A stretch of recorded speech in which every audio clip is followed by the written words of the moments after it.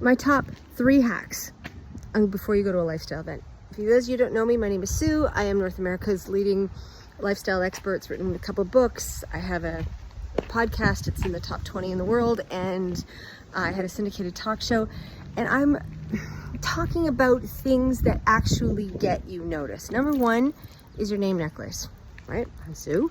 I have little charms that tell me something about me, right? I'm a beekeeper, and there's a few things that you can do, and they're things that get people asking who you are, and they remember your name. They're easy. Anybody that comes to one of my duckling events gets one, but you can make them. These are on parachute cord, so if I ever get caught somewhere, don't, because I'll never be able to rip it off because they don't break. But they don't break in the pool, right? If you're in the hot tub, and some people have, you don't want to have ones that you're sort of finding in the bottom of the pool. Number 2 is you want to have a swinger card. And I have a few. I don't want to show them because people haven't given me permission to flash them to you. But think of it this way. A picture, one that you like of the 2 of you, or the you alone, whatever your jam is, your first names, an anonymous email. Hey, standing under the oak tree at gmail.com. Whatever. Something that's anonymous that nobody can find you. You don't have your full name. I don't care who you are. Don't do it. And 5 to 7 words about yourself. 70s retro couple who are, this part of town. You know the drill. Just a few things that let them know who you are and what you're looking for. The ones I saw recently, he was a guitar player, so he's serenading her on the bed, so they know they're a guitar player. It was great. It's really chill. We had a whole bunch of them at Swing-a-thon. I brought all my Canadians with me, and they were given out, and everybody in the UK thought they were amazing. Nobody'd seen them, and they all remembered their name. And number 3 is bring something to share. Now I know, and this is more than just the potluck. You bring your potluck item if you're going to do that, and then bring something else. I've seen a number of them. Somebody brought this liquid body paint.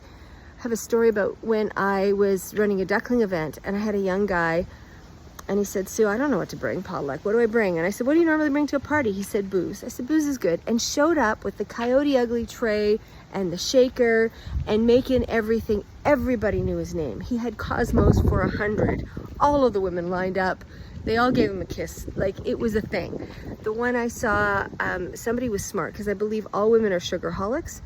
He went to the local chocolatier and bought like 30 really nice truffles, and walked around and offered all 30 women in the room a truffle.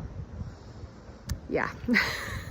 I think they're like $1 each or $2 each. They were good, expensive chocolates, but that $2, if you had to pay for the kind of sex he got from that kind of thing, I'm just saying it's a thing. And those are my 3 hacks. But you want to be fun, playful, clear, and realize that it's going to take you 3 or 4 or 5 sessions before you sometimes are in the know. I would say that if you go to some place 6 times and you are just helpful and fun, what happens is people go, hey, we're having a barbecue, you want to come over? That tends to be what I see. I have a whole book called The Suburban Hedonist, which I wrote after 15 years of navigating, because it used to be in the top 10 most common things I saw as a therapist. Now it's in the top 3. And you can certainly buy it on Amazon, Suburban Hedonist, and follow my book, because I give out things, and I have a newsletter that I send out, turnedonpodcast.com.